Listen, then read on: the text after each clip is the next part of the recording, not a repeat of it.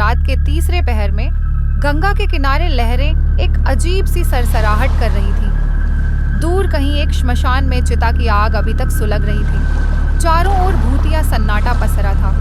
अचानक गंगा के तट पर बैठे एक बूढ़े साधु ने अपनी आंखें खोली। उनकी आंखों में एक अजीब सी लाल चमक थी। उनके चेहरे पर एक रहस्यमयी मुस्कान थी। उन्होंने धीरे से अपनी कमर सीधी की और मंद स्वर में कहा, समय आ गया है, अब मोक्ष की साधना पूरी होगी। गंगा के तट पर बैठे इस साधु को लोग अघोरी बाबा के नाम से जानते थे। गांव के लोग उनसे दूर रहते थे। कहते थे कि अघोरी बाबा की साधना किसी साधारण शक्ति के लिए नहीं थी, वह मृत्यु से पार पाने के लिए थी। बाबा अक्सर श्मशान में बैठकर तंत्र मंत्र करते थे। रात के समय श्मशान से अजीब अजीब सी आवाजें आती थीं, कभी हंसी की, कभी चीख की, लेकिन किसी ने हिम्मत नहीं की कि बाबा से जाकर पूछे कि वह आखिर क्या कर रहे हैं। गांव का खौफ, गांव के बुजुर्गों का कहना था कि अघोरी बाबा पहले एक साधारण योगी थे, लेकिन एक दिन उन्होंने एक खतरनाक साधना शुरू कर दी। कहा जाता था कि बाबा ने एक खौफनाक तांत्रिक से महामृत्यु तंत्र की साधना सीखी थी। यह साधना आत्माओं को वश में करने के लिए की जाती थी। गांव के ही एक युवक रमेश ने एक दिन बाबा की साधना के बारे में जानने की ठानी। रमेश ने रात के अंधेरे में बाबा का पीछा किया। उसने देखा कि बाबा श्मशान के बीचों बीच बैठकर कुछ अजीब मंत्र जप रहे थे। उनके सामने एक अधजली लाश पड़ी थी। अचानक बाबा ने उस लाश पर भस्म डालना शुरू किया। तभी लाश ने अपनी आंखें खोल दी। रमेश यह देखकर कांप उठा और भाग खड़ा हुआ। अघोरी बाबा की चेतावनी। अगली सुबह रमेश ने गांव के लोगों को बाबा के बारे में बताया। सब लोग डर गए। उन्होंने पंचायत बुलाई और तय किया कि बाबा से पूछा जाएगा कि वह किस प्रकार की साधना कर रहे हैं। पंचायत के लोग बाबा के पास पहुंचे। बाबा ने आंखें बंद की हुई थीं। जब उन्होंने आंखें खोली तो उनकी आंखों में लाल डोरे उभर आए। बाबा ने ठंडी आवाज में कहा, तुम लोग जिस चीज को जानने की कोशिश कर रहे हो वो इंसानी समझ से परे है। कुछ शक्तियां ऐसी होती हैं जिनके बारे में जानना इंसान के लिए घातक हो सकता है। गांव के मुखिया ने हिम्मत करके पूछा, बाबा आप क्या कर रहे हैं? बाबा ने एक भयानक हंसी हंसी और कहा, मैं मृत्यु को वश में कर रहा हूँ। रहस्यमयी रात। उसी रात रमेश ने हिम्मत जुटाई और बाबा की साधना देखने फिर से श्मशान की ओर चल पड़ा।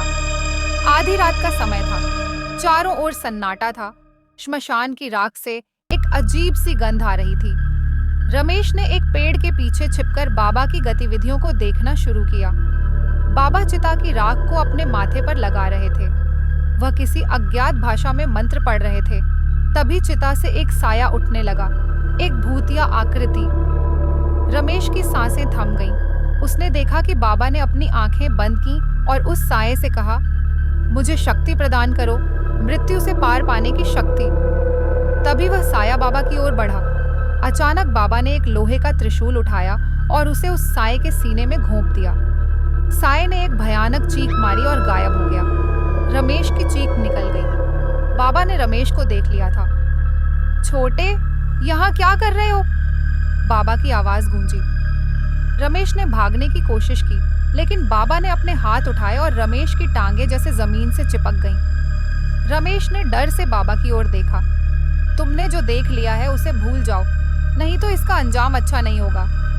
रमेश ने कांपते हुए कहा, बाबा आप ये सब क्यों कर रहे हैं? बाबा ने एक गहरी सांस ली और बोले, मैंने मृत्यु को कई बार देखा है। मैंने मोक्ष की तलाश की है, परंतु मोक्ष प्राप्त करना आसान नहीं है। इसके लिए आत्माओं का बलिदान देना पड़ता है। खौफनाक मोड़। अगली सुबह रमेश का शव गंगा के तट पर मिला। उसके चेहरे पर खौफ के गहरे निशान थे। उसकी आंखें खुली हुई थीं, मानो उसने कुछ भयावह देख लिया हो। गांव में हड़कंप मच गया। लोग बाबा के पास पहुंचे, लेकिन बाबा कहीं नहीं मिले। 3 दिन बाद बाबा फिर से श्मशान में दिखाई दिए। इस बार उनकी आंखें पूरी तरह लाल थीं। उनकी त्वचा काली पड़ गई थी।